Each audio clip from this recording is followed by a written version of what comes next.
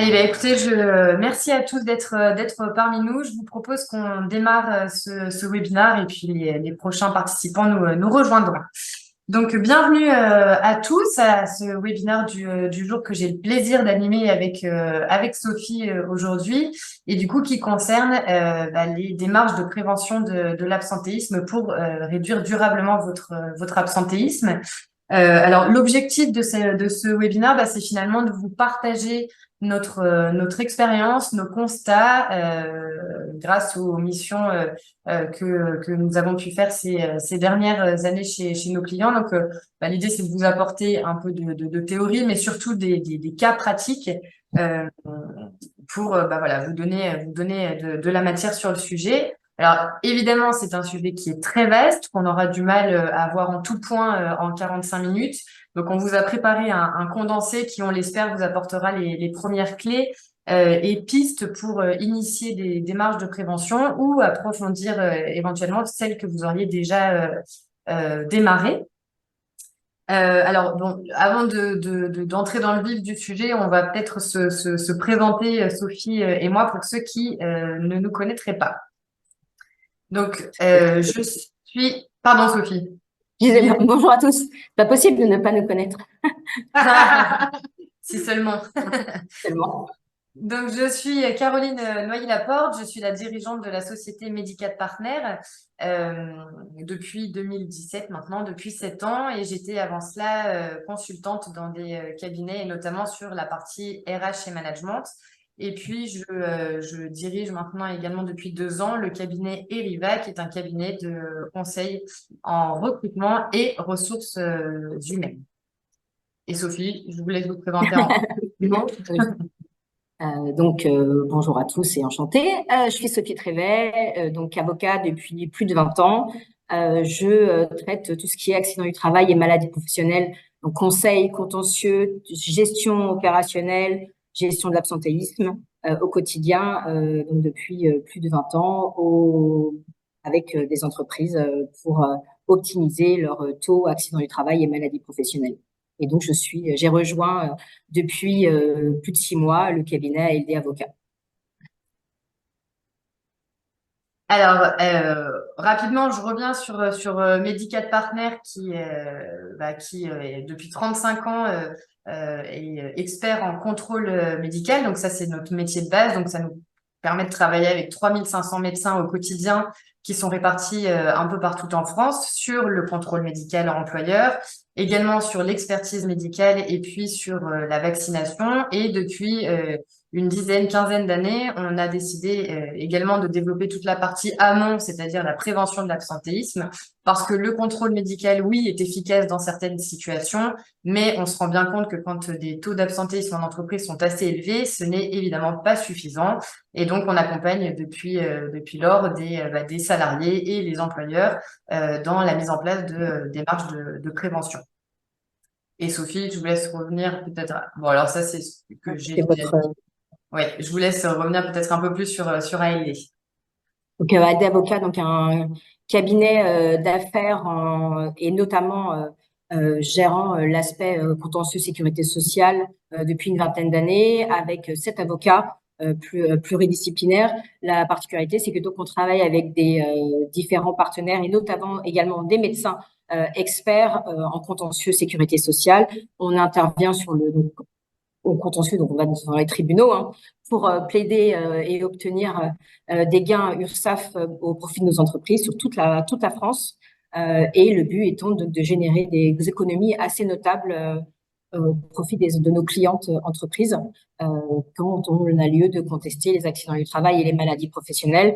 On intervient également, alors c'est la slide suivante, sur tous les aspects du contentieux accident du travail, maladie professionnelle, que ça soit tout type de contentieux, parce qu'il y a plein de particularités sur ce sujet, mais notamment l'accompagnement au quotidien et la gestion de l'absentéisme avec Medicat Partner, Cécile, et notamment aussi des formations pour les entreprises sur les différents sujets nécessaires à gérer de A à Z tous les actes, enfin, ce qui a rapport avec l'absence ou les accidents du travail et maladies professionnelles. Donc Merci. ça.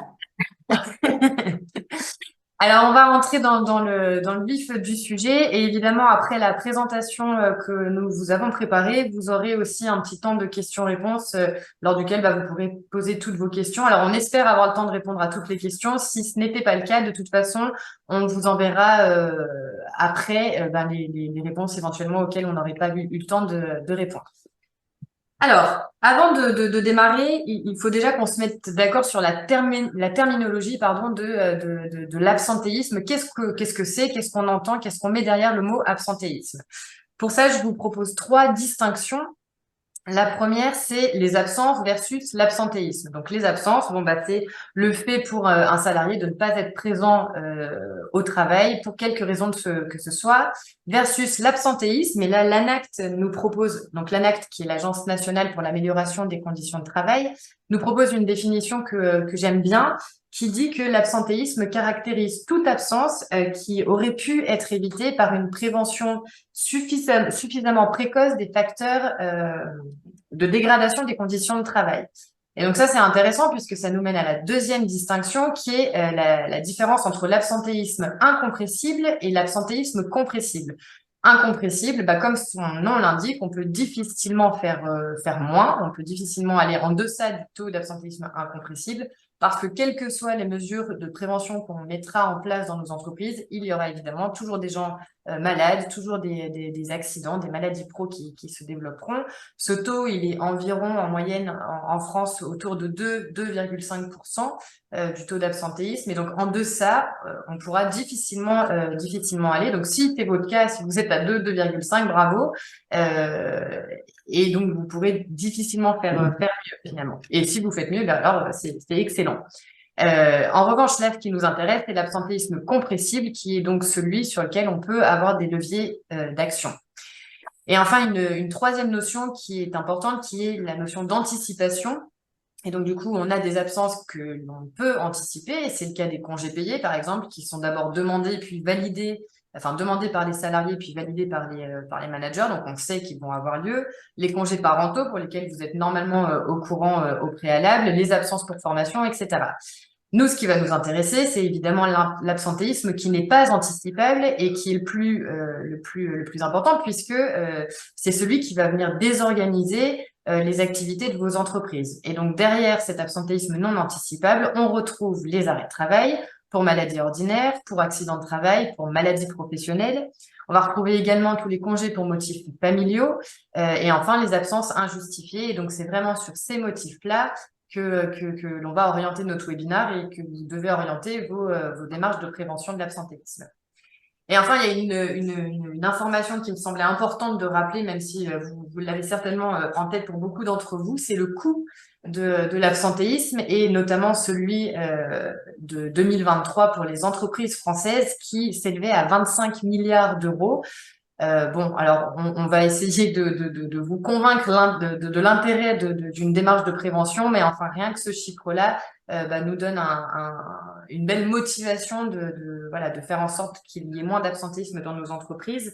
Et c'est vraiment cet enjeu financier qui prime, quoi.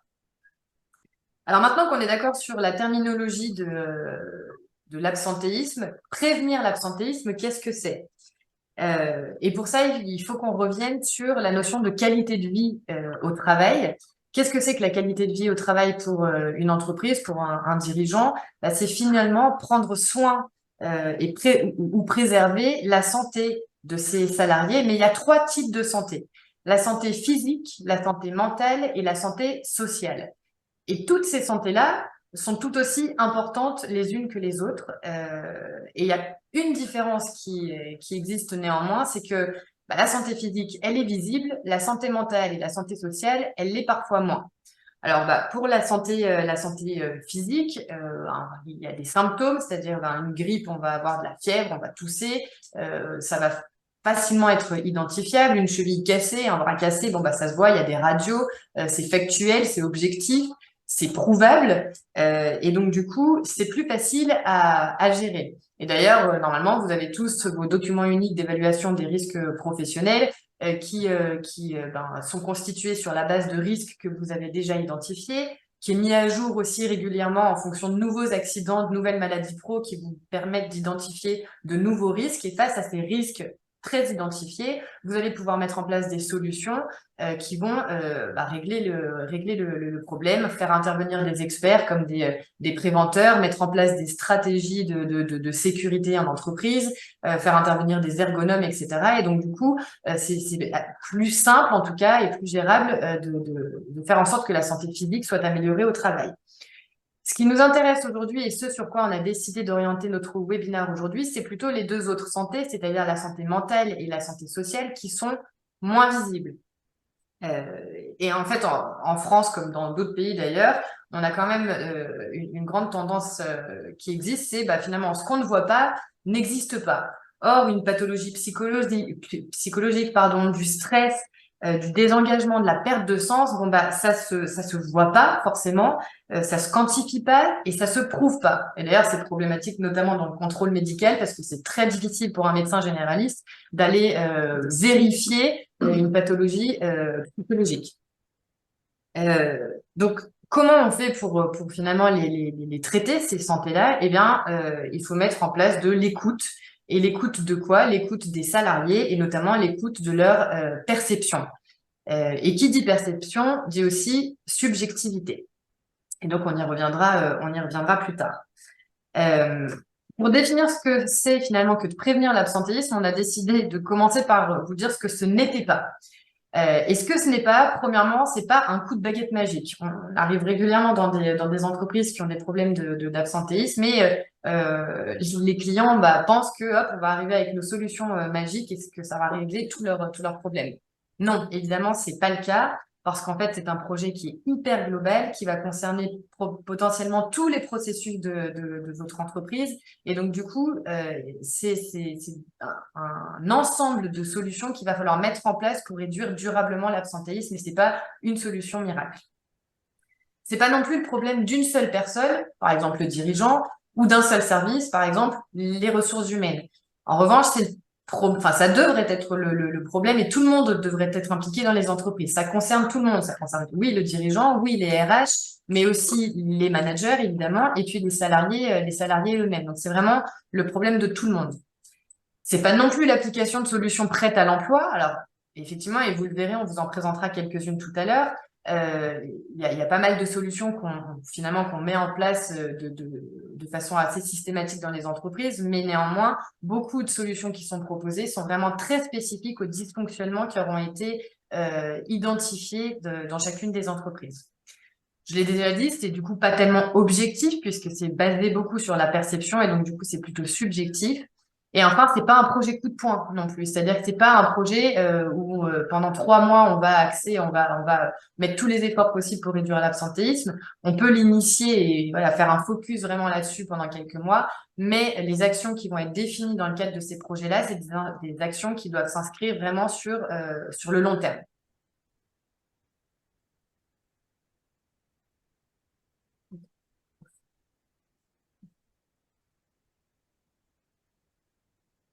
Alors, on a, grâce à nos interventions respectives, identifié les principales sources de l'absentéisme et donc je laisse la parole à Sophie. Merci beaucoup, Caroline. Effectivement, alors les sources de l'absentéisme, et comme vous avez pu, vous allez les lire, parce que là, on va dire, c'est encore un problème de responsabilité de l'entreprise, des managers, mais en fait, avec nos retours d'expérience, et je pense que vous pouvez vous en rendre compte vous-même, même en tant que manager, RH, tous les aspects, que depuis le Covid, eh bien, on a une augmentation du nombre de jours d'arrêt, qu'il y a une augmentation notamment du stress et du mal-être au travail avec une augmentation des risques psychosociaux et que malheureusement, même si l'objectif de ce webinaire n'est pas de dire c'est la faute des managers ou l'autre perception qui est c'est la faute des salariés qui doivent venir travailler parce qu'ils sont payés pour, mais on veut vous présenter enfin de manière très objective si le but est de prévenir l'absentéisme en entreprise avec la situation sociale actuelle et les difficultés qu'on rencontre de manière objective, eh bien, on se rend très vite compte que les sources de l'absentéisme, et ben c'est pas nécessairement les problèmes de salaire et de besoin des salariés d'être augmentés. Et bien c'est souvent des soucis de reconnaissance. Et je pense qu'en fait, pour tout le monde, hein, pas que les salariés et vos agents, vous-même en tant que manager, au niveau de la direction, tout le monde a la même difficulté, se rendre compte qu'il y a des difficultés de communication, d'inéquité dans les plannings, dans le partage des fonctions, des compétences, qui a qui a un stress au travail, une pénibilité au travail, quel que soit le poste, et on ne compte pas penser que à des gens qui travaillent dans les usines. Et donc tout ce qui est listé là sur les conditions de travail, la cohésion, le management ou le besoin de développer une culture d'entreprise, bah, c'est la base. Désolée, puisqu'on est bien obligé de montrer ça du doigt. Et en fait, c'est ce qu'on vous propose, c'est que si on veut travailler prévention, eh bien, il faut passer par là, par travailler sur ces différentes sources que l'entreprise peut gérer, sur lesquelles elle peut intervenir, plutôt que le mode de guérison où l'absence est déjà là et où il faut gérer au cas par cas. Là, avec ces différents problématiques, enfin, les différents types de leviers qu'on va vous proposer sur les questions de communication, de management, de culture d'entreprise, eh bien, ça vous apportera plein de bénéfices et pas de seulement de vous dire, oh mince, c'est encore à nous, en tant qu'entreprise, de devoir faire les efforts et que les salariés, c'est pas nécessairement leur faute et que voilà. Donc, on va vous développer tout ça sur la slide suivante. Je laisse Caroline reprendre le relais. Oui, alors peut-être je vais rajouter quelques exemples et verbatim de salariés qui se sont exprimés dans le cadre de nos missions. Alors notamment là, je pense à l'organisation du travail, à des personnes régulièrement qui me disent de toute façon, nous, le manager, il attribue toujours les tâches qui sont un peu alors les plus ingrates entre guillemets aux mêmes salariés, puisque il y en a qui acceptent facilement et qui disent rien et qui font tout le temps les mêmes tâches. Et par contre, dès qu'on attribue une tâche qui est pas très sympa à un salarié qui a pas l'habitude de la faire, il va râler. Et donc du coup, c'est plus facile, par exemple, pour le manager de finalement continuer de demander toujours aux mêmes personnes de faire ces tâches considérées comme ingrates. Et donc là, donc là, on est plutôt sur la partie organisation de travail et donc la répartition des tâches qui va créer un gros sentiment d'injustice. Ou alors les processus RH, et bien par exemple dans une entreprise dans laquelle j'ai pu travailler, il y avait des référents qui avaient été nommés. Pour ces référents, il n'y avait pas vraiment de fiche de poste, c'était pas une position formalisée officielle dans l'entreprise. Ils avaient été nommés par leur manager. Alors du coup, c'était considéré par les autres salariés comme une nomination très subjective et en fonction du bon relationnel avec les managers. Et donc du coup, c'était pas considéré comme juste là non plus. Résolution de problèmes. Alors c'est vraiment ça un énorme sujet dans les entreprises. Je me rappelle être allée en intervention et avoir rencontré un jeune homme avec qui je m'entretenais, qui me racontait que alors il était dans l'agroalimentaire et notamment il travaillait en chambre froide et il me racontait que depuis des mois leur machine à café était cassée. Et que il avait remonté enfin que voilà, l'équipe avait remonté le sujet au manager, mais qu'en fait le manager avait pas le pouvoir décisionnel pour pouvoir changer la machine à café et que ça faisait des mois qu'ils ne pouvaient plus boire leur café chaud. Et ça paraît complètement anodin, dérisoire, mais en réalité ça va vraiment créer de l'injustice, de la perte de confiance. Et ça va donner l'impression aux salariés, surtout qu'ils ne sont pas considérés. Et c'est vraiment ce qui va venir comment toucher cette santé mentale et sociale dans l'entreprise.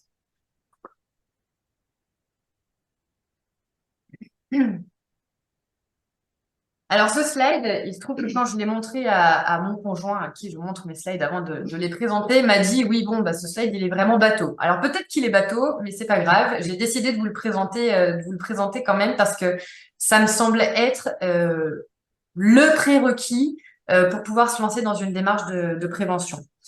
Dans le cadre de nos interactions sociales les uns avec les autres, on a quand même souvent deux réflexes assez naturels. Vous verrez si ça vous fait écho ou pas, qui sont pour le premier de confondre l'objet des perceptions d'un individu avec l'individu lui-même, et le second qui est de considérer, notamment quand on constate un comportement un peu désagréable chez quelqu'un, uniquement cette personne, sa personnalité, ce qu'elle pense, ce qu'elle dit, et puis de tirer des hypothèses sur cette personne pour expliquer ce comportement désagréable. En revanche, parfois, ce qu'on oublie, c'est que on fait partie à partir du moment où on a une interaction avec une personne, ça crée un système, et que dans vos entreprises, chaque salarié a des interactions avec d'autres salariés, chaque service a des interactions avec d'autres services, et tout ça, ça crée un système, le système de votre entreprise. Et dans la mesure où on fait partie de ce système, on a forcément une action, même minime, sur lui. Et donc, du coup, quand on se lance dans une démarche de prévention, il faut absolument se poser la question suivante, c'est-à-dire en quoi moi, à titre individuel, je peux être responsable de la situation ou du comportement de quelqu'un d'autre, et notamment là des comportements d'absence, puisque c'est le sujet du jour, en quoi le management, en quoi les processus RH, en quoi la direction, en quoi chaque salarié, finalement, en quoi le fonctionnement et les mécanismes qui sont en place dans l'entreprise peuvent être responsables de la situation des comportements et des comportements d'absence. Et c'est parfois difficile de faire ce travail-là parce que ça nécessite un travail sur soi, ça nécessite de se libérer de ses égos, de ses croyances, ça nécessite de se remettre profondément en question jusqu'à pouvoir considérer aussi bien notre propre réalité que celle des autres. Leur réalité, leur perception égale leur réalité et elle est vraiment à prendre en considération. Et ça me rappelle un exemple aussi d'un dirigeant que j'avais rencontré qui me disait, moi, je comprends pas. Ça fait des mois que je travaille sur l'optimisation de mes conditions de travail. J'ai fait venir un ergonome. Il y a maintenant, j'ai mis en place des super sièges. Il y a des doubles écrans pour tout le monde. Les conditions de travail sont bonnes.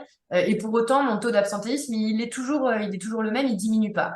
Probablement que cette personne, en fait, a proposé ce qu'on appelle des compensations et non pas de vraies solutions qui sont venues améliorer les dysfonctionnements qui sont à l'origine de l'absentéisme dans son entreprise. Donc finalement, prendre de la hauteur et analyser votre entreprise comme un système et identifier les mécanismes qui créent les comportements d'absence. Alors, je dis pas que vous serez responsable de tout, mais en tout cas, je pense que vous trouverez quand même dans les mécanismes des raisons logiques qui font que il y a de l'absentéisme dans vos entreprises. Ça vous permettra d'identifier les vrais dysfonctionnements et du coup de mettre en place de vraies solutions et qui ne seront pas des compensations, en fait.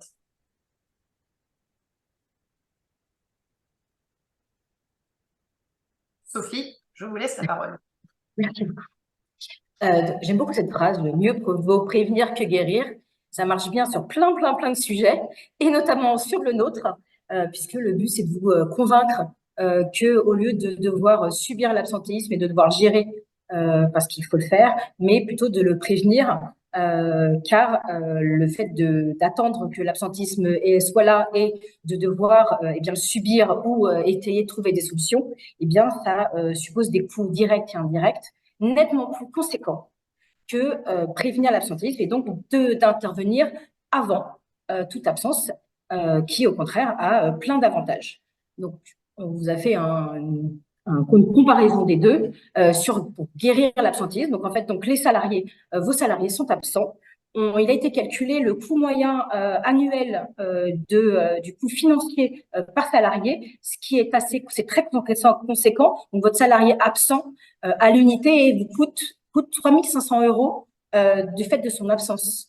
Ce qui est très conséquent, sans compter l'aspect du fait qu'il faut que vous gériez l'absence, il faut le remplacer, les frais de gestion, par exemple, par l'intérim ou par un CDD. Il faut, ça fait prendre beaucoup de temps et donc beaucoup d'énergie. Souvent, ça désorganise le service et le travail est reporté sur les collègues qui ne sont pas du tout contents. Ça, c'est ce qu'on rencontre le plus souvent. C'est vrai que vous, les entreprises en interne, n'ont aucune envie de devoir reformer quelqu'un en CDD ou en intérimaire. C'est mieux dans ces cas-là de reporter sur les salariés présents et donc de devoir payer des heures supplémentaires, mais ça fait que les salariés qui doivent récupérer la charge supplémentaire sont mécontents, n'ont pas envie et ça génère eux-mêmes une fatigue supplémentaire, des risques d'accident du travail et un absentéisme consécutif. ça dégrade nécessairement le climat social, les performances de votre entreprise, et comment dire, l'image aussi de l'entreprise de manière extérieure quand les salariés peuvent répondre au niveau de leur famille ou autre qu'ils rencontrent ce genre de dégradation de leurs conditions de travail. Mais effectivement, vous aurez toujours cet aspect où il faut gérer l'absence. Et donc, on le fait, nous, avec Medical Partners, au quotidien, à vos côtés, pour trouver des solutions et d'identifier déjà le type d'absence et voir ce qu'il est possible de faire pour faire reprendre les salariés. Mais il y aura toujours cette absence à gérer. Néanmoins, il vaut mieux prévenir cette absence. Ça va vous générer un coût initial, c'est obligé, notamment en temps. Mais ça a de tels effets positifs en réalité, alors que guérir l'absentisme, c'est souvent négatif tout le temps, à 100%, alors que prévenir l'absentisme a un côté positif.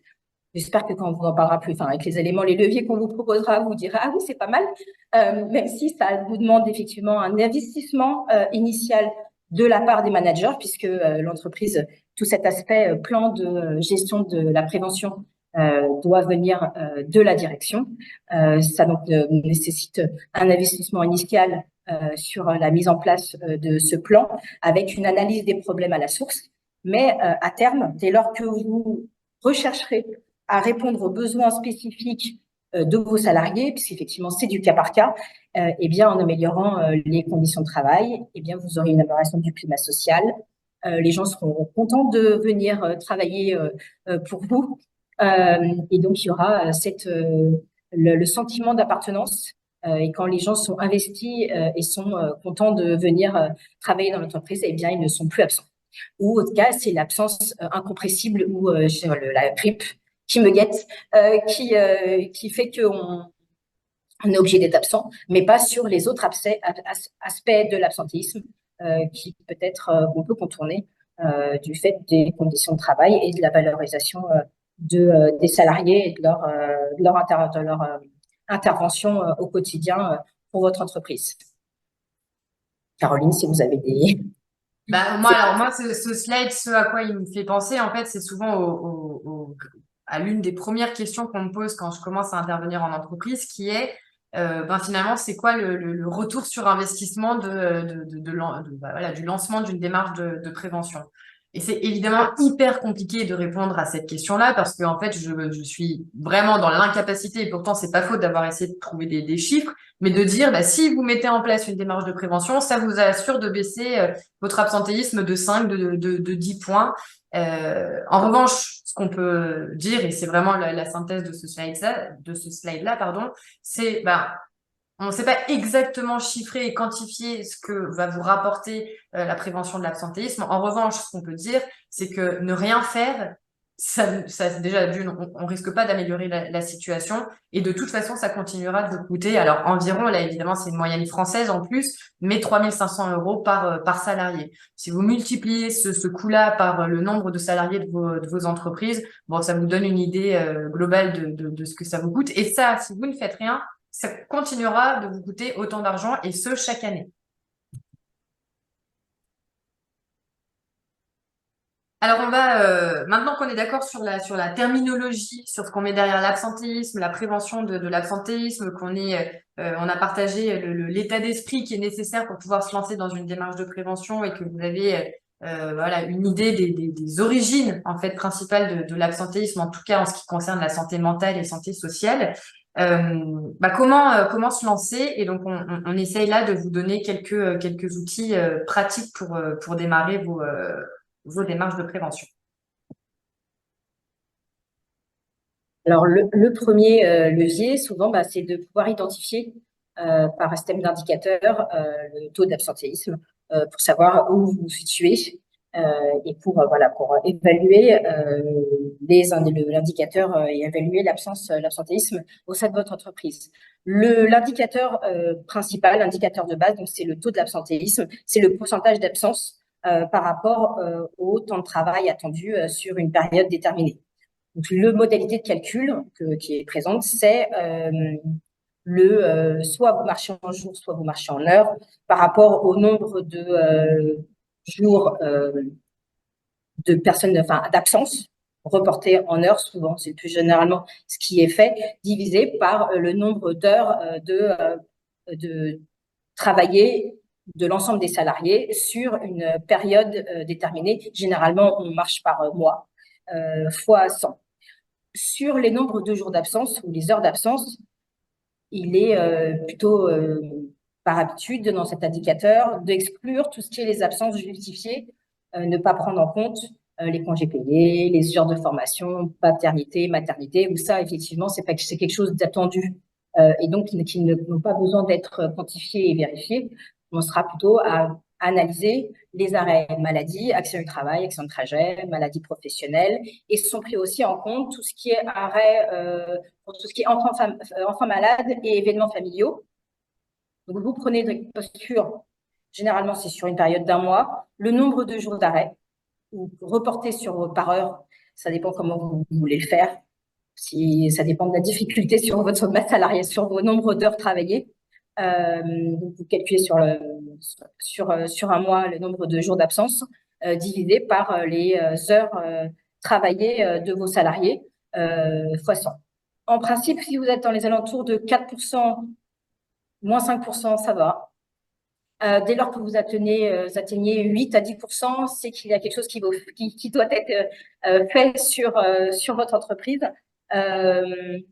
Évidemment, il faut mettre en place un tableau de bord avec un suivi périodique, parce que sur un calcul, sur un taux d'absentéisme sur 1 mois, ça ne permettra pas d'avoir une vraie visibilité de comment ce que vous pouvez en faire, puisque c'est un indicateur du climat qui règne au sein de l'entreprise sur l'absence. Si les salariés sont de plus en plus absents, c'est qu'il y a un souci. Et donc, effectivement, si vous comptabilisez que sur le mois de janvier-février ou en 2020 sur la période Covid, c'est pas significatif. Donc, en fait, c'est un taux qui doit être suivi tous les mois. Et vous aurez donc des périodes où les taux seront plus forts et d'autres moins forts. Et donc, vous pourrez suivre les ratios réguliers pour essayer déjà d'identifier si vous arrivez plutôt vers 4. Alors, si vous arrivez à 2, c'est super, comme on disait tout à l'heure. Et si finalement vous vous rendez compte que sur des mois, eh bien, vous atteignez plutôt 8%, eh bien, c'est qu'il y a un souci. Pour affiner ce taux d'absentéisme, parce que là, effectivement, le nombre d'absences, vous avez un pourcentage d'absence sur votre temps de travail attendu du mois, ok. Mais il faut affiner l'analyse, parce que ce taux en tant que tel, ça ne vous dit pas, à part qu'il est élevé ou pas élevé. Il faut que vous l'affiniez par rapport en fonction de l'activité. Alors, effectivement, il faut que ça soit dû par rapport à l'activité de votre entreprise, soit par par métier, par âge, par sexe. Parce qu'effectivement, on se rend compte, par exemple, que les femmes, eh bien, il y aura plus d'absences liées aux problèmes familiaux, et donc il faudra le gérer différemment que les troubles musculo-squelettiques pour des ouvriers. Et donc, ça sera plus par rapport au métier ou aux conditions de travail. Donc, vous avez possibilité de faire plein de sous-catégories et d'affiner l'analyse du taux, notamment sur les top 10 des salariés les plus absents, puisque le but, c'est d'identifier ce qui bloque au niveau des absences répétées, puisque sur l'absentéisme, c'est pas l'absence normale qu'on peut s'attendre sur des grosses poussées de grippe. J'ai un problème avec cette grippe, ça doit être parce que je dois être fortement concernée aujourd'hui, mais pas plus par des problèmes d'absence répétée, parce qu'il y a un problème de mal-être et de climat. Et c'est sur ces points-là que vous pouvez agir en prévention et non à type de guérison où vous êtes obligé de gérer l'absence dès lors qu'elle a eu lieu. Donc, de plus faire de la prévention. Et donc, vous pouvez, et pareil, vous pouvez aussi le voir par rapport aux durées d'absence. Si c'est des absences sur des petites durées, 5 jours, vous vous doutez que c'est peut-être plus lié à des problèmes de maladie de droit commun, et donc c'est moins une problématique que si vous devez gérer des absences qui sont répétées de plus de 30 jours de manière récurrente sur telle typologie de salariés ou les salariés, parce que c'est facile à identifier à un moment donné. Et là, s'il y a des absences répétées de plus de 30 jours, vous dites qu'effectivement, il y a un souci, qu'il faut agir sur certaines particularités deux catégories de salariés. Mais vous avez aussi d'autres indicateurs qui, en plus que ce taux d'absentéisme, qui est l'indicateur de base. Sur les accidents du travail, maladies professionnelles, vous avez le taux de fréquence et le taux de gravité. Mais en fait, on n'a pas, nous, l'optique, c'était pas de vous parler que des accidents du travail, maladies professionnelles. Ça, ce serait l'occasion d'un autre webinaire ou également pareil pour les typologies de lutte dès lors que les salariés sont absents, mais plus sur l'amont, donc la pure prévention. Et donc, mais vous avez aussi ces taux de fréquence et taux de gravité sur les accidents du travail, maladies professionnelles que vous pouvez prendre en considération en plus. Alors, ces chiffres-là, effectivement, ils sont intéressants, hein, comme vous le disiez, Sophie, il faut les suivre finalement tout au long de la vie de l'entreprise. Donc, du coup, là, notre recommandation, c'est vraiment, là, on vous a cité tout un tas de différents taux que vous pourriez suivre. Néanmoins, la recommandation, c'est d'en choisir quelques-uns dont vous serez sûr, en fonction aussi des données qui peuvent être recueillies d'un point de vue RH, de pouvoir de pouvoir les suivre, etc. Donc il faut en choisir 3, 4, 5, mais enfin faut pas tous les choisir parce que vous aurez difficilement la possibilité de tous réellement les suivre. Et puis surtout, donc évidemment, les indicateurs sont hyper importants parce que ça vous permet de savoir un peu où vous vous situez et surtout de vérifier que les actions que vous lancez peuvent être efficaces. Mais ça vous sert surtout à identifier des tendances, c'est-à-dire à voir peut-être d'où vient le problème. Est-ce que c'est un service plus qu'un autre qui est touché? Est-ce qu'effectivement c'est une question de genre? Est-ce que c'est une question de statut, etc., etc. Donc ça vous donne des tendances pour faire la transition avec le slide d'après. Au-delà de ces tendances, il faut aller creuser beaucoup plus loin l'audit des sources de votre absentéisme. Et pour ça, on pose des questions. Alors, on pose des questions à qui, évidemment, à vos salariés. Et pourquoi? Comme on le disait tout à l'heure, pour entendre leur perception et du coup comprendre ce qui les mène à cette situation-là, comprendre les vrais dysfonctionnements et donc du coup identifier les sources de problèmes de santé mentale et sociale.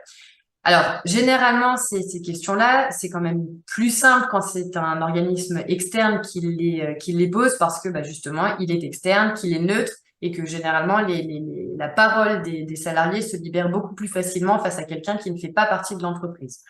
Néanmoins, si vous voulez le faire en interne, c'est aussi possible. Il y a plusieurs façons de le faire. Vous pouvez le faire, par exemple, par des questionnaires qui seront envoyés digitalement à vos salariés. Ils répondent sur le questionnaire. C'est anonyme, c'est confidentiel. Et ensuite, vous recueillez les informations. Ça pourrait être une première façon de procéder. Et puis, après, vous pouvez aussi le faire si jamais il y a un degré de confiance que vous estimez suffisamment important et qui permettront tout de même aux salariés de s'ouvrir quand bien même la personne qui les interroge est en interne. Alors, généralement, nous, quand on intervient en entreprise, on réalise des entretiens. On demande à l'entreprise, de demander à leurs salariés sur la base du volontariat de s'inscrire à des entretiens. Généralement, donc, on choisit un panel qui soit représentatif de l'entreprise. Donc, c'est-à-dire qu'on va aller interroger des gens qui se situent sur toutes les strates et dans tous les services de l'entreprise. En tout cas, selon le périmètre d'analyse qui aura été défini. Et on s'entretient avec ces personnes-là pendant 1h15, 1h30, 2 heures pour les plus bavards, ça peut arriver. Et on fait un petit mix entre des questions qui sont complètement ouvertes et qui vont vraiment laisser de la liberté de parole et d'expression. Et on utilise aussi des échelles qui permettent quand même de quantifier un petit peu ces propos qualitatifs. Et là, on interroge, nous, les salariés, sur 3 niveaux d'information, qui sont le poste de travail, donc vraiment leur travail personnel à eux. Un deuxième niveau qui est leur équipe, leur service. Et enfin, un troisième niveau qui est l'entreprise. Donc, en fait, du plus précis au plus large. Et on leur pose d'abord 3 questions qui sont: qu'est-ce qui fonctionne, qu'est-ce qui vous intéresse? Ensuite, qu'est-ce qui fonctionne moins bien, vous intéresse moins? Et qu'est-ce qui dysfonctionne complètement et ne vous intéresse pas du tout sur votre poste de travail, au niveau de votre équipe et de votre service, au niveau de votre entreprise. Et là, déjà, ça vous permet, alors déjà, d'une part, et c'est hyper important de mettre en valeur ce qui fonctionne et ce qu'ils apprécient dans leur entreprise. Et ça, c'est important de le rappeler aussi, évidemment. Et puis surtout, vous allez pouvoir vous appuyer là-dessus pour voilà, ramener du confort, de la qualité, et surtout de l'engagement. Et puis, ce qui fonctionne moins bien et ce qui dysfonctionne complètement, ça vous donne déjà un critère de priorisation dans les actions de prévention que vous allez mettre en place. Ensuite, on les interroge souvent sur la perception qu'ils ont de la qualité du travail fourni.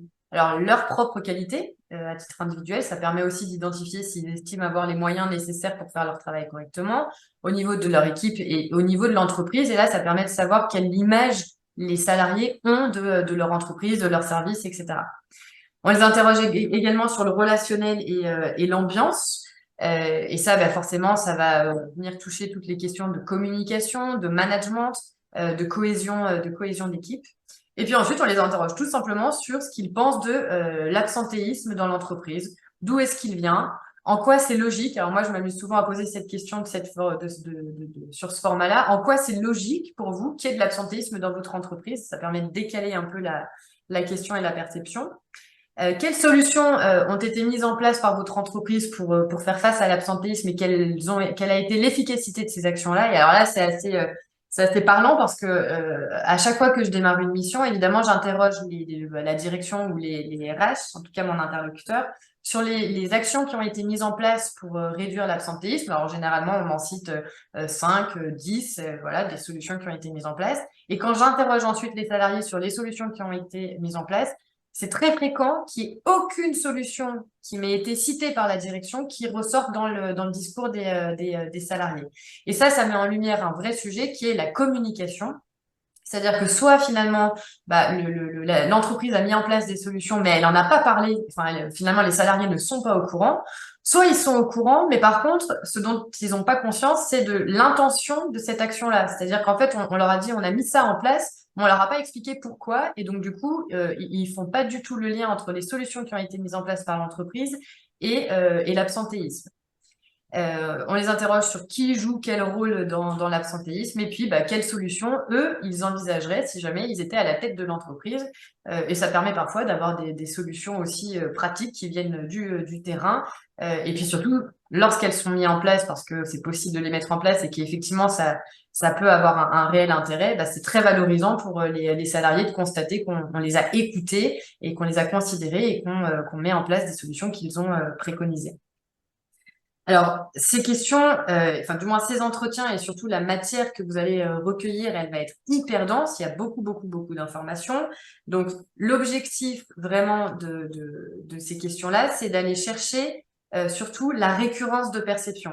C'est-à-dire que si jamais vous avez une personne qui vous dit, moi, je pense qu'il y a de l'absentéisme parce que la prime qui est en place, enfin, la prime X qui est en place dans l'entreprise, elle n'est pas du tout efficace, ça crée de l'injustice, etc. Mais qu'il n'y a qu'une seule personne qui vous en parle, bon, c'est certainement un problème pour elle, visiblement.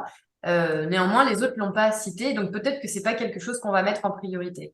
En revanche, si vous avez 10 personnes ou 15 personnes qui vous disent moi, de toute façon, je vois jamais mon N+2, il vient jamais nous voir dans les bureaux, ou alors mon manager, il est un peu caché dans son bureau, on le voit pas souvent sur le terrain, ou en fait, il y a toujours des problèmes, on les remonte, mais il y a jamais de solutions qui sont mises en place, notre manager fait rien, etc.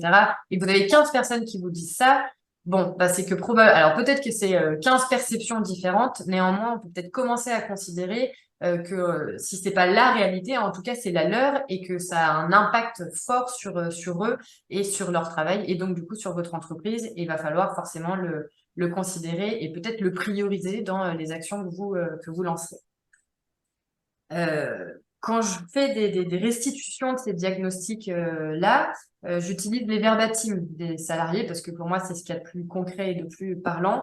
Et généralement, les entreprises, quand elles se lancent dans des démarches comme ça et qu'elles font appel à nous, elles ont déjà une idée de quelques-unes des sources de l'absentéisme. Néanmoins, lors de la restitution, quand elles lisent les verbatims des salariés, il y a des vraies prises de conscience en tout cas, de ce que ça crée en termes de douleur chez le salarié. C'est-à-dire que là, on prend conscience de ce que crée un problème chez la personne. Et là, on va vraiment parler de sentiment d'injustice. On va parler de perte de confiance envers la ligne managériale. On va parler de colère, de sentiment de colère, vraiment. On va parler de peur aussi, de peur des salariés concernant leur avenir professionnel. Et cette prise de conscience-là, elle donne en tout cas un engouement et une énergie à l'équipe qui va travailler sur le sujet de la prévention de l'absentéisme à vraiment faire changer les choses et les améliorer, quoi. Alors là, on va essayer de vous présenter quelques actions qu'on met assez systématiquement en fait dans les entreprises. Forcément, on reste à un niveau un peu général parce que c'est compliqué de faire du très très précis dans ce cas-là. Mais bon, sachez que quand on intervient en entreprise, à la fin d'une mission d'audit et puis de la co-construction d'un plan d'action, il y a généralement entre 50 et 70 actions qui sont lancées. Alors évidemment, qui sont réparties dans le temps sur plusieurs mois. Donc forcément, on n'a pas pu vous donner à chaque fois 50 ou 60. Enfin, on ne vous citera pas aujourd'hui 50 ou 70 actions. Donc on vous en donne déjà quelques-unes en espérant que ça vous donne quand même des pistes pour celles qui vous feront écho. Et Sophie, je vous rends la parole. Merci à vous. Donc, effectivement, première piste, la plus évidente, ce qui est la communication en interne. On se rend bien compte que c'est toujours effectivement à la direction de prendre le lead sur le sujet, mais pour la prévention et pour que il y ait un sentiment d'appartenance, un climat social enfin, qui soit bon. Notamment, parce que souvent dans ce que vous disait Caroline, ce qui est vu au-delà du seul indicateur de l'absentéisme, mais des sondages ou des discussions avec les salariés, c'est souvent un problème de reconnaissance ou un problème de relationnel avec les managers. Oh là là, méchant manager, c'est toujours la même problématique. Et que, eh bien, malheureusement, il faut, même si on sait que c'est une démarche collective, il faut que vous disiez que, OK, il faut prendre les choses à bras le corps et le premier point, eh bien, c'est la communication pour créer le lien et ce sentiment vraiment d'appartenance et que les salariés soient contents de venir, qu'ils aiment leur entreprise. Ça fait partie, c'est la base et qu'ils puissent en parler autour d'eux en disant voilà, c'est chez moi, dans mon entreprise, on fait ça, on fait ci et qu'ils soient contents. Et ça, c'est vraiment le premier levier qui permet que les salariés viennent ravis travailler. Et donc, dire, bah voilà, communication, c'est facile, mais en réalité, c'est bien plus compliqué d'informer, impliquer, rassurer les salariés que il faut mettre en place une stratégie pour mettre en place un plan de communication qu'il faut effectivement avoir un peu de recul, se poser, désolée, pour réfléchir à ce que vous voulez communiquer, la périodicité de communication, comment communiquer, que dire. Il y a des choses qui n'ont pas lieu d'être racontées et qu'il faut. Alors, c'est pas nécessairement une communication, c'est souvent une communication de la direction vers les salariés, mais ce n'est pas obligé que ce soit que dans un sens. Donc, en fait, il faut que faut réfléchir, mettre à plat. Alors, pareil, il faut identifier qui va mettre à plat et identifier cette stratégie en interne. Vous n'avez pas effectivement nécessairement la direction, vous pouvez ni la DRH, vous pouvez choisir un autre service, soit demander de l'aide extérieure pour vous aider à mettre en place ces stratégies. Nous, on a avec un peu de vue extérieure, on se rend compte que parfois mettre en place un portail interne, alors ça marche plus sur des grosses entreprises, mais enfin pour leur dire voilà, il y a des formations qui sont prévues, donc de communiquer auprès des salariés, qu'il y a des nouveaux postes qui sont à pourvoir, et donc de promouvoir le développement, la carrière en interne. Et vous avez plein de sujets de la vie au quotidien que vous pouvez communiquer et qui génèrent ce climat d'appartenance, enfin, le sentiment d'appartenance. Vous pouvez communiquer sur des événements. Alors évidemment, il ne faut pas que ce soit les événements sur la direction qui fait un séminaire aux Bahamas, ça fait beaucoup moins. Par contre, des événements en local ou des challenges qui ont été mis en place en local sur un site Ils avaient même pas nécessairement lié en rapport avec l'absentéisme, mais vous pouvez malgré tout sur le tel site sont à zéro action du travail depuis tant de mois, mais de communiquer et ça soit une communication globale sur l'entreprise. Vous pouvez aussi mettre en place des jeux, j'ai vu qu'il y avait des possibilités de mettre, enfin, sur ce portail, des jeux photos, hein, pour dire la poubelle photo de telle chose. Alors pas des choses trop privées parce qu'après les photos des vacances, je suis pas sûre que ça amuse beaucoup les salariés, mais vous pouvez instaurer ces systèmes de jeux, de loterie, qui permettent donc de cette communication un peu fun.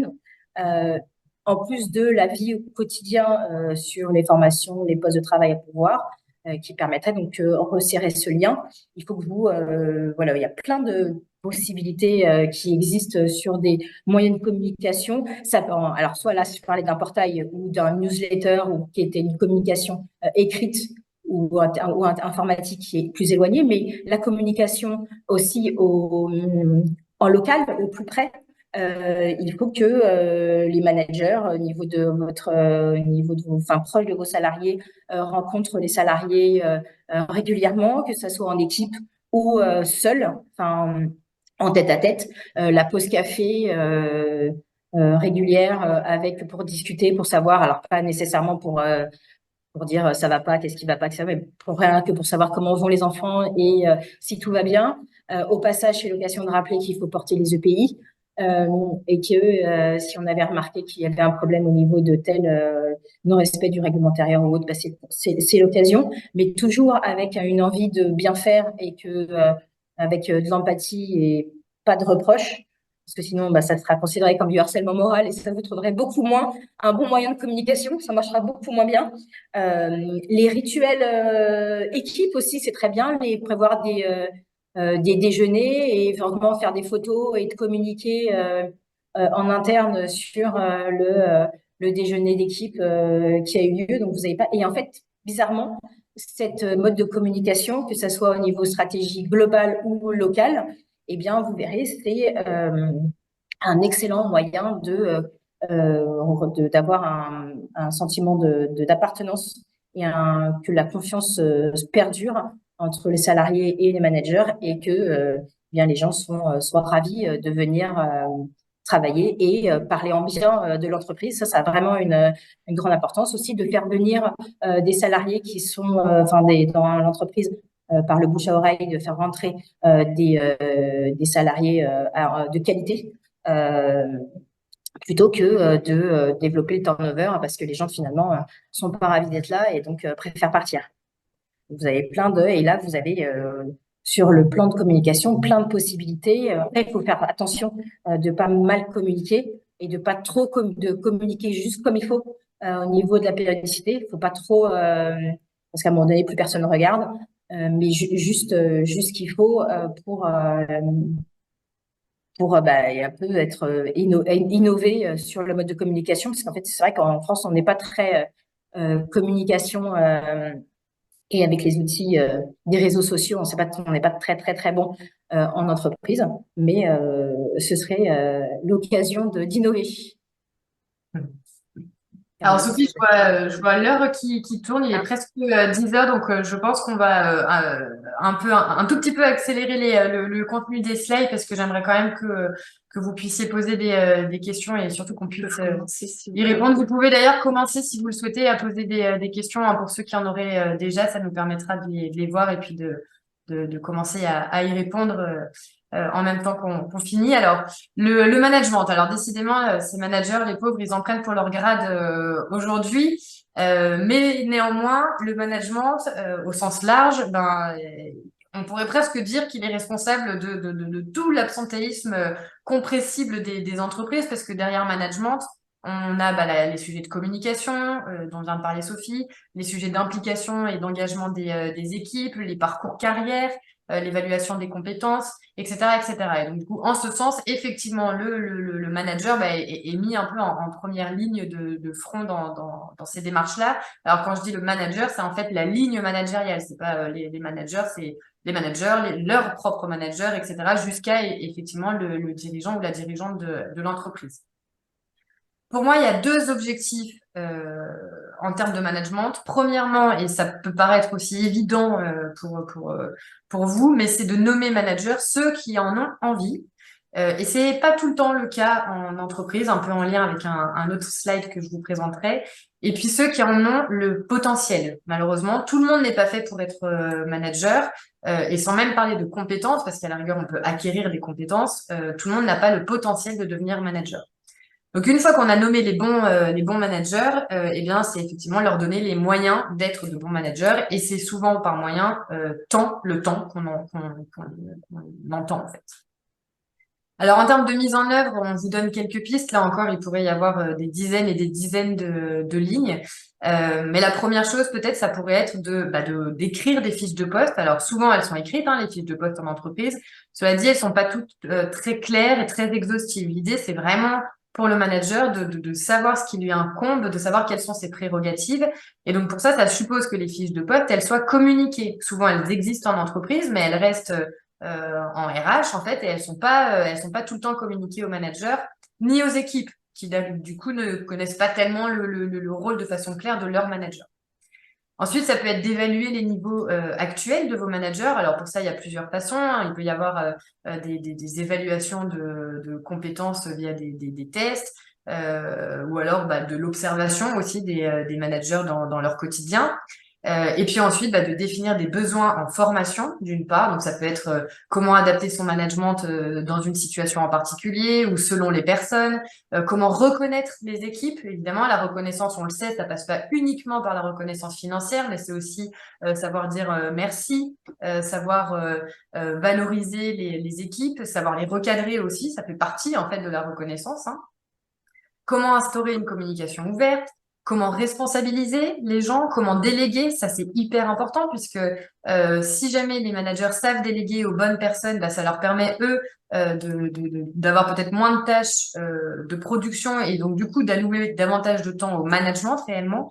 Comment contrôler aussi, parce qu'on peut responsabiliser, déléguer, mais ça n'empêche pas le contrôle et le recadrage. Comment animer des points d'équipe, etc. Ça peut aussi être du coaching, comment développer son courage managérial, comment donner du sens, comment motiver, comment inspirer ses équipes. Là, on est dans le cas du coaching, on est plutôt sur des notions de posture. L'alignement managérial, ça c'est hyper important. Par exemple, si vous décidez que cette année vous souhaitez mettre l'accent sur la sécurité, dans ce cas-là, il faut réunir les managers, il faut leur expliquer pourquoi on met l'accent sur la sécurité, quels sont les enjeux, quels sont les objectifs, et leur donner des éléments de langage pour qu'ils puissent eux-mêmes, avec leurs équipes, utiliser les mêmes éléments de langage et donc du coup rendre ce discours aligné et cohérent. S'accorder sur les moyens et les attendus de vos managers. La répartition du pouvoir décisionnel, on en a un petit peu parlé tout à l'heure. Plus le problème est réglé proche de sa source, mieux c'est. Parce que c'est plus efficace, ça permet de gagner du temps. Encore faut-il pour un manager avoir le pouvoir décisionnel suffisant pour pouvoir régler un problème et éviter de remonter par son propre manager qui remonte jusqu'à la direction. Et ensuite, ça doit redescendre. Et en fait, là, il y a une énorme perte d'informations. Et souvent, le problème de base n'est pas réglé. Et enfin, créer des moments qui soient réservés aux managers, qui vous permettent de les informer, mais qui leur permet aussi d'échanger entre eux et de partager de bonnes pratiques. Il y en a un qui peut avoir un problème avec un salarié cette semaine, et l'un de ses pairs va lui dire, ah bah tiens, j'ai rencontré cette situation-là à peu près il y a 2 semaines, voilà ce que j'ai fait. Et donc, ils partagent leurs bonnes pratiques, ils se font leur retour d'expérience. Et puis, c'est des moments aussi de cohésion de toute façon. Sophie? Rapidement, pour l'implication des équipes, bon, c'est une évidence, hein. Si vous voulez que les gens soient ravis d'être là et aient l'impression d'appartenir à l'entreprise, il faut les impliquer, il faut et là, au niveau des exemples, faisons simple, on pensait éventuellement à des participations à des challenges extérieurs, je voyais, pour éventuellement faire des activités sportives extérieures. Il y a de la communication, vous voyez, sur LinkedIn, où on a des entreprises qui font des reportages photos sur leurs salariés qui ont participé à une course 10 km. Enfin, et donc ça montre au contraire une cohésion d'équipe et le plaisir d'être ensemble. Il y a aussi la question en interne de déléguer des responsabilités. Et donc ça, si ça vient en local, si là c'est un salarié en bas de l'échelle, pas beau comme terminologie, qui sur lequel supporte une certaine responsabilité, eh bien ses collègues vont soutenir et donc on va pouvoir développer cette cohésion d'équipe et donc ça développera, ça améliorera également la performance collective. Donc après voir qu'est-ce que vous pouvez déléguer, on n'est pas que sur l'obligation sur les respects des règles de sécurité, mais pour par exemple sur la vérification des EPI, de sûr que tous les collègues portent bien le casque, les gants, les lunettes, eh bien, tant que c'est qu'ils soient considérés comme le vilain petit canard qui vérifie ce que font les collègues. Mais ça peut, au contraire, si ça vient d'un collègue plutôt que de la direction, ça peut être mieux perçu. Et également, par exemple, favoriser l'entrepreneuriat. On avait vu un cas où un salarié avait des compétences spécifiques qui étaient au-delà du poste sur lequel il était attribué. Et en fait, on avait un besoin sur l'autre fonction. Et au lieu de rechercher par ailleurs, en extérieur, un salarié pour faire cette responsabilité supplémentaire, eh bien, en interne, il a dit, regardez, moi, je sais faire. Et donc, ben, on lui a, alors, pas rajouté de travail en plus, hein, ce serait dommage. Mais en tout cas, il y a eu une amélioration de ses conditions de travail. Et donc, il a pu être orienté sur ses autres fonctions qui sont plus conformes à ce qu'il savait faire, à ses compétences.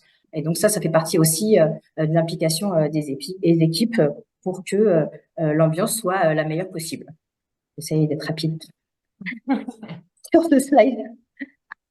Alors les parcours carrière, donc ça c'est, moi ce que je constate, c'est qu'il y a une erreur quand même qui est assez répandue dans les entreprises, c'est de penser que l'évolution professionnelle passe forcément par une prise de responsabilité managériale. Donc en lien avec ce qu'on s'est dit tout à l'heure, c'est pas forcément la solution. Donc l'objectif des parcours carrière en entreprise, c'est de fidéliser vos salariés et puis de leur proposer des postes qui sont en phase à la fois avec leurs appétences, ce dont ils ont envie et puis leur potentiel, et évidemment ceux de l'entreprise. En termes de mise en œuvre, forcément, ça passe par la réalisation des entretiens professionnels. Alors, ces entretiens, normalement, sont obligatoires et bon, ils sont faits dans les entreprises. Néanmoins, c'est surtout sur le format avec lequel ils sont faits. Il faut vraiment que les managers comprennent l'intérêt de ces entretiens-là et qu'il y ait un vrai intérêt à les faire et que ce soit pas uniquement pour réaliser l'entretien de l'année, quoi. Mais donc là, ça va vous permettre d'identifier les perspectives d'évolution d'une personne. Évidemment, réaliser une gestion prévisionnelle des emplois et des compétences. Alors, en tout cas, avoir de la visibilité sur les 3 ou 5 prochaines années de ce que sera votre marché, de ce que seront vos clients, de quelles seront leurs attentes, et du coup, de vous poser la question en parallèle pour répondre à ces demandes de clients, de quelles compétences j'aurai besoin dans 3, 5 ans. Est-ce que j'ai les compétences aujourd'hui? Est-ce que mes salariés actuels pourront développer ces compétences? Est-ce que c'est du recrutement que je dois envisager? Enfin voilà, d'avoir une GPEC qui soit voilà, un peu préparée. Et puis de créer des parcours de carrière type avec un plan de formation qui soit associé et de communiquer sur ces parcours de carrière pour donner envie et permettre à vos salariés de se projeter dans leur avenir professionnel. Et en fait, des parcours de carrière, il peut en exister de toutes sortes. Quelqu'un qui va être très technique, qui aura pas forcément le potentiel ni l'envie de devenir manager, et on va peut-être lui proposer de devenir référent technique sur un sujet en particulier. Peut-être que c'est quelqu'un qui a pas envie de gérer des équipes au quotidien, mais qui en revanche a le sens de la transmission. Et donc dans ce cas-là, on va lui donner des responsabilités de formation en interne, par exemple, de nouveaux arrivants, voilà. Les faire travailler sur des projets transverses, on en a un peu parlé avec l'intrapreneuriat notamment, qui peut aussi permettre à l'entreprise de développer un nouveau service, un nouveau processus, d'améliorer les process, etc. Des aménagements de poste, notamment, et là on peut penser pour des travaux qui sont assez pénibles et fatigants, et notamment pour les seniors qui à partir d'un certain temps sont beaucoup plus facilement fatigués, etc. Et pour lesquels on va peut-être avec l'intervention de la médecine du travail leur proposer des aménagements de poste. Et enfin favoriser, encourager la polyvalence qui est à la fois intéressante pour les salariés parce que ça leur permet d'avoir un peu de nouveauté dans leur poste. Et puis, ça permet aussi à l'entreprise de pouvoir s'organiser plus facilement quand malheureusement il y a des absences d'une personne qui aurait une compétence en particulier. Je suis désolée, je vais un peu vite, mais comme le temps tourne, j'essaie d'avancer. Sophie, je vous laisse la parole. Merci Corinne. Le dernier levier qu'on a vu, c'est le traitement des dysfonctionnements. Donc, c'est la base, c'est-à-dire qu'il y a des problèmes en interne. Tous les salariés savent qu'il y a des choses qui ne vont pas, mais en fait, il faut les connaître, les entendre et surtout les traiter.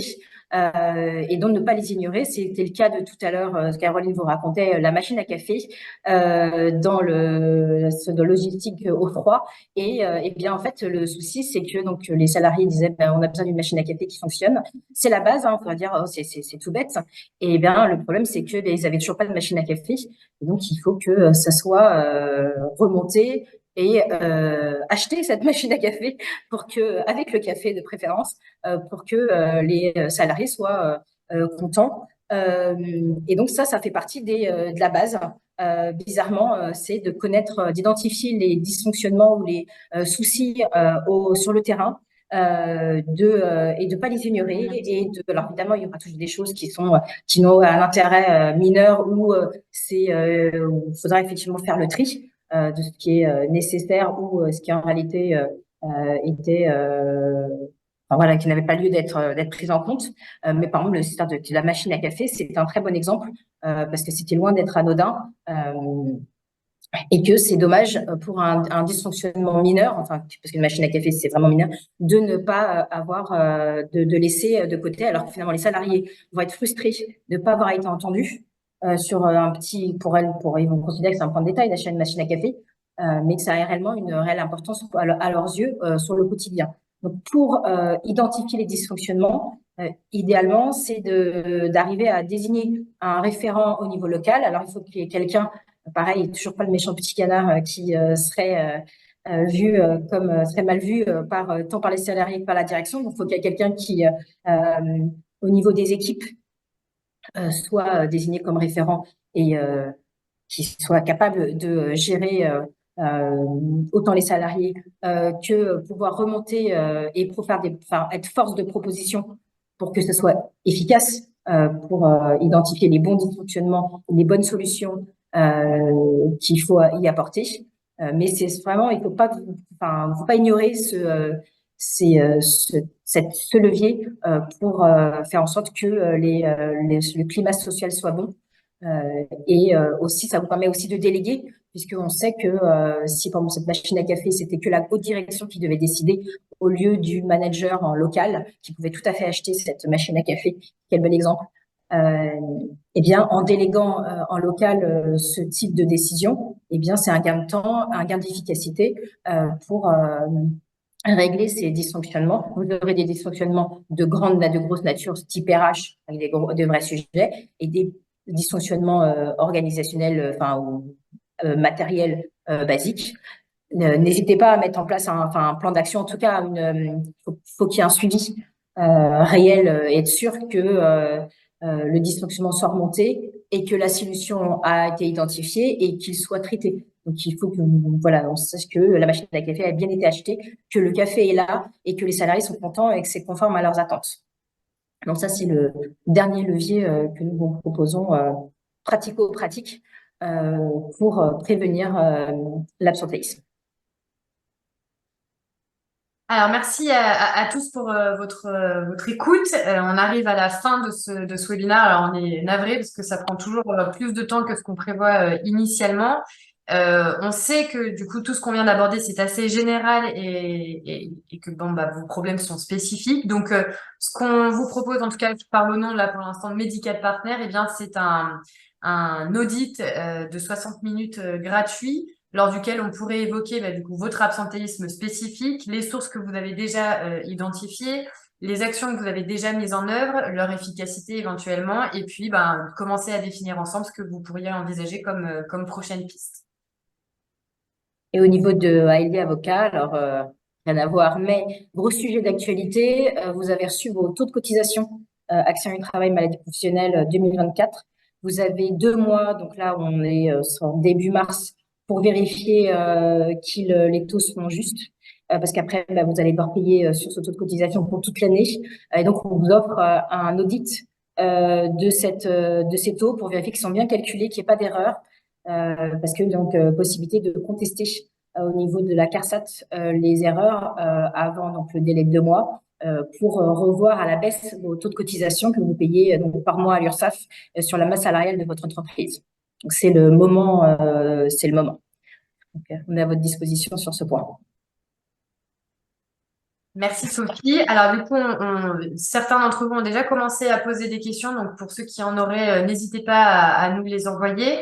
Alors, on a une question qui concerne des collaborateurs qui ne voudraient plus travailler parce qu'ils ont fait le tour de leur poste et que en plus, il n'y a pas de possibilité d'évolution dans l'entreprise et que du coup, par conséquent, ils se sont mis en arrêt. L'entreprise n'est pas responsable d'un manque d'envie et le poste n'a pas changé. Bah, du coup, qu'est-ce qu'on fait? Alors là, avec ce niveau d'information-là, c'est difficile de répondre de façon précise. Moi, ce qui me vient en tête quand je lis ça, c'est que, bah, premièrement, alors peut-être qu'il n'y a pas de possibilité d'évolution, c'est-à-dire pas de prise de poste, notamment de manager, etc. En revanche, est-ce qu'il n'y aurait pas des tâches qui pourraient être associées aux missions principales, des tâches un peu annexes ou les faire travailler sur des projets transversaux, peut-être utiliser des compétences qu'ils auraient mais qui ne sont pas aujourd'hui utilisées ben, pour le bien de l'entreprise, hein. Déjà, est-ce qu'on peut leur proposer des choses comme ça?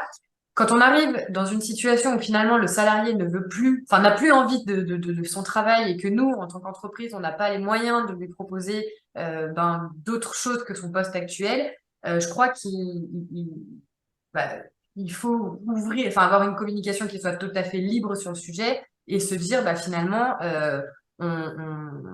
peut-être que notre collaboration s'arrête là.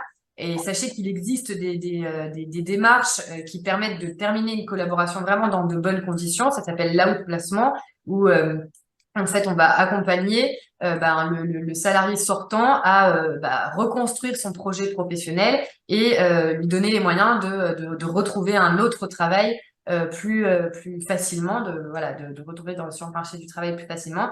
Quant à vous, bah, ça vous permet de vous libérer de quelqu'un qui a plus envie d'être là en réalité et de recruter quelqu'un qui aura plus envie de faire ce travail-là. À chaud, c'est la réponse qui me vient en tête. Euh, il y a une autre question à laquelle on a répondu par écrit qui était comment, enfin, pour réduire mon absentéisme, est-ce que je peux me concentrer sur, bah, sur les conditions de travail? Alors, bah, oui, si jamais vous avez identifié que ce sont les conditions de travail vraiment qui ont un impact sur la santé mentale et sociale de vos collaborateurs, alors oui, bah, effectivement, vous pouvez travailler sur les conditions de travail. En tout cas, il faut bien commencer quelque part de toute façon. Donc, quand bien même vous identifieriez d'autres dysfonctionnements dans l'avenir, il sera toujours temps, a posteriori, de lancer d'autres actions. Sur l'absentéisme, maladie professionnelle de plus de 5 ans, comment faire? Ah, alors effectivement, Juste pour Sophie. Sophie, là, je laisse peut-être toute la parole.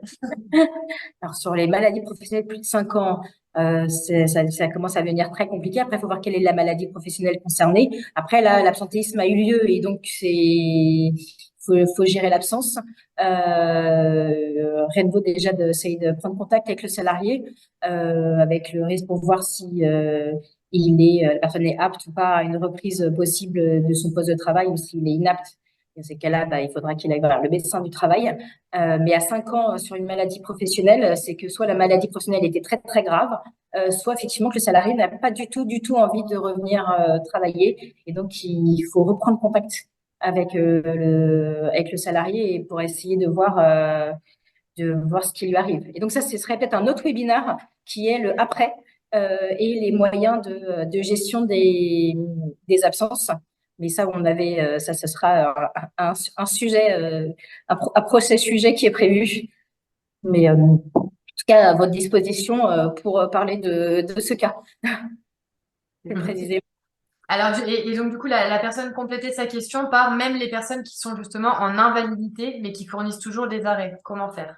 Oui, mais alors l'invalidité de droit commun, c'est ce qui est prévu au bout de 3 ans par la maladie, par l'assurance maladie d'office. Mais pour les maladies de droit commun, maladies professionnelles, c'est de la consolidation et du taux d'incapacité permanente partielle, et ça n'a pas de durée, il n'y a pas de base. Donc en fait, c'est deux choses distinctes.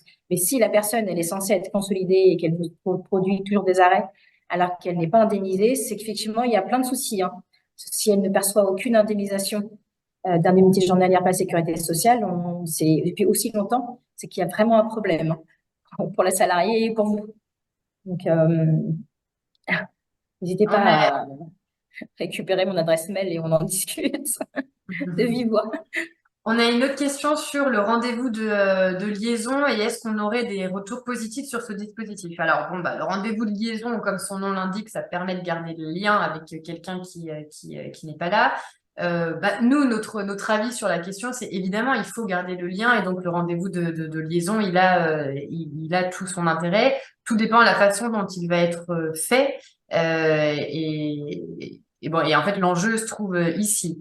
Aujourd'hui, on a donc ce rendez-vous de liaison a été mis en place. Néanmoins, je pense que les entreprises n'ont pas été suffisamment accompagnées sur la façon de le faire au mieux.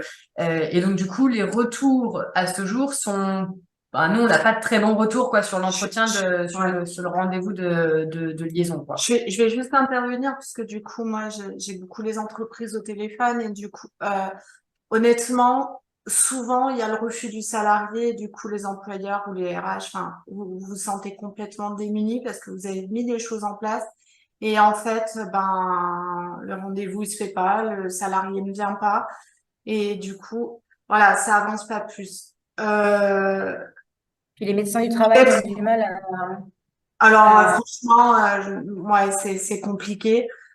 Moi, j'en ai pas des échos et des retours positifs. Pour le moment, enfin, je sais pas vous de votre côté, mais moi, c'est bah, pas, voilà, c'est compliqué. mais faut pas lâcher, hein, parce que c'est Oui, un oui, bon c'est levier, clair. c'est un bon moyen de garder. Après, il faut motiver les médecins du travail, parce que c'est pas du tout leur sujet. Mais c'est un bon moyen de reprendre, de conserver le contact avec le salarié et de trouver des solutions sur l'aménagement du poste de travail, qui peut être plus facilement entendu par le salarié que quand on lui raconte en tête à tête ce qu'il pourrait faire. Le médecin du travail a un vrai rôle à jouer là-dedans. Mais Mm. c'est sûr que la mise en place, c'est pas simple encore. Ouais. On Et n'est c'est pour pas. ça d'ailleurs que on essaye vraiment nous de travailler maintenant de plus en plus avec la médecine du travail pour travailler main dans la main et notamment pour ce genre de dispositif qui effectivement est pour moi hyper important. C'est il faut garder le lien avec le salarié et ça permet de décoincer des situations sinon qui se cristallisent et dont on n'arrive jamais à sortir et qui finissent par des arrêts qui durent plus de 5 ans et voilà et Ouais. Mais avant tout rendez-vous de liaison, c'est bien de garder le contact au téléphone avec les salariés. Comme et on voit que l'employeur est toujours là présent, ils refuseront moins que tout d'un coup recevoir une convocation à un rendez-vous de liaison qui sort de nulle part. Et vous aurez un contact qui permet déjà d'avance de savoir quelles sont les difficultés, notamment sur l'état de santé. Et donc de pouvoir plus facilement envisager l'aménagement de poste sans vous retrouver avec zéro information en espérant que le rendez-vous de liaison débloque une situation que vous ignorez, quoi. Donc, faut commencer par le suivi téléphonique avant. Alors, du coup, il y a une question justement qui nous demande, a-t-on le droit de garder contact avec le salarié durant son absence et si oui, selon quelle modalité? Bon, bah, l'entretien de liaison, c'en est une.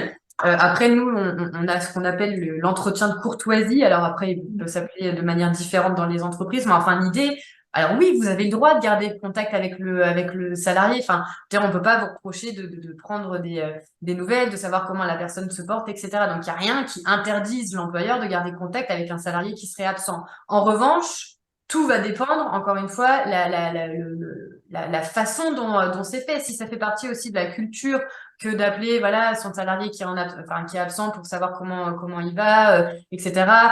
Si les salariés sont habitués à ce genre de choses, si jamais c'est pas un appel tous les jours ou toutes les semaines qui va venir mettre la pression au salarié alors qu'il est justement en arrêt pour pouvoir peut-être prendre du recul par rapport à son travail, etc. Oui, vous pouvez garder le lien et même c'est important. Enfin, je dirais même que il faut l'encourager, il faut garder le lien. Mais attention, ça peut être mal perçu selon la façon dont c'est fait et si jamais ça tombe un peu comme un cheveu sous la soupe parce qu'au préalable, ça a jamais été pratiqué, quoi. On entend souvent de dire que comme le contrat est suspendu du fait de l'absence, vous n'avez pas le droit. Mais si, vous avez tout à fait le droit de prendre le téléphone et d'appeler les salariés pour savoir comment ils vont. Et il n'y a pas cette notion de donc ni suspension du contrat de travail, ni secret médical. On en parle souvent. Non, non, puisque vous n'êtes pas médecin, donc en fait le secret médical ne vous concerne pas.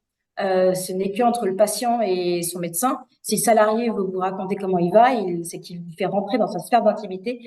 Et donc, vous avez le droit de lui demander comment ça va et il a le droit de vous répondre. S'il veut pas vous répondre, ne forcez pas, sinon c'est du harcèlement moral par contre. Il y a des limites Oui, c'est ça. à voir, mais au contraire, nous on voit lors de la gestion d'absentéisme que les salariés reprochent au contraire à leurs employeurs de ne pas avoir pris le contact, de ne pas avoir conservé le contact, de ne pas s'intéresser.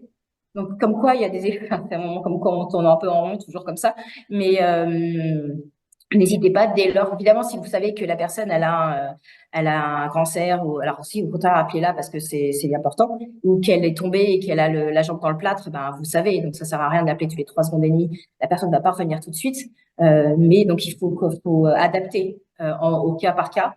Mais non, non, au contraire, il faut garder le contact avec les salariés et c'est tout à fait et c'est le rendez-vous de liaison, justement. Ça a été consacré par la loi parce que, justement, les législateurs savaient que les employeurs gardaient le contact avec les salariés. Donc, en fait, d'une manière indirecte, ils ont consacré ce lien pour autoriser les employeurs à le faire, quoi, à continuer à le faire. On a une autre question qui nous dit, est-ce que le rendez-vous de liaison peut être une proposition d'un échange téléphonique? Alors, le rendez-vous de liaison, il peut se faire en présentiel, tout comme à distance. Donc, oui, Oui, on peut tout à fait le réaliser par téléphone. vous pouvez le faire uniquement avec le salarié, avec le médecin du travail qui interviendra avant ou après, mais pas nécessairement pendant le rendez-vous. Donc si vous pouvez, et que ce soit par téléphone, Zoom, enfin vous avez tout, il y a aucune règle spécifique sur les modalités de réalisation du rendez-vous de liaison. Donc vous le faites comme vous voulez. Eh bien, je crois qu'on est arrivé au bout des questions. Si jamais vous en avez d'autres qui vous viennent à l'esprit, n'hésitez pas à nous contacter, Sophie ou moi. On sera ravis de pouvoir vous répondre. Et puis, on espère que ce webinaire qui était dense en informations vous aura apporté quelques clés, vous aura intéressé et vous permettra d'avancer sur la mise en place de démarches de prévention. Et puis, Pour faire un webinaire sur les autres leviers quand l'absence a eu lieu, genre le rendez-vous de oui, courtoisie, c'est le ça. rendez-vous des Alors autres, justement, c'est ce que j'allais dire en feedback sur ce webinaire. N'hésitez pas à nous faire part peut-être de besoins auxquels vous pensez et sur lesquels on pourrait organiser de prochains webinaires qui soient peut-être plus concentrés sur un sujet en particulier et qui nous permettent du coup d'apporter des solutions pratiques sur un sujet. N'hésitez pas, on est vraiment preneur de vos idées, bien qu'on en ait évidemment quelques-unes sous le coude, mais bon, on est quand même preneur de vos idées. Jusqu'à quelle date peut-on solliciter l'audit médical partner? Eh bien, écoutez, on est le 2 février, donc on va se laisser 30 jours. On vous laisse le prochain mois pour nous faire part de cet audit-là. En tout cas, le prévoir. Si jamais, pour des raisons organisationnelles, il y a besoin de l'organiser plus tard, c'est pas grave. C'est juste le solliciter avant la fin d'ici fin février, quoi. Bon, eh bien, écoutez, merci à tous. Merci Sophie pour cette animation de webinaire. Oui. Et puis, on était ravis de pouvoir partager tout ça avec vous. Et puis surtout, on a hâte de pouvoir se retrouver lors de prochains webinaires. On vous souhaite une excellente journée, fin de semaine et week-end. Et puis, on vous dit à très bientôt. Excellent vendredi. À bientôt. Au revoir. Au revoir à tous.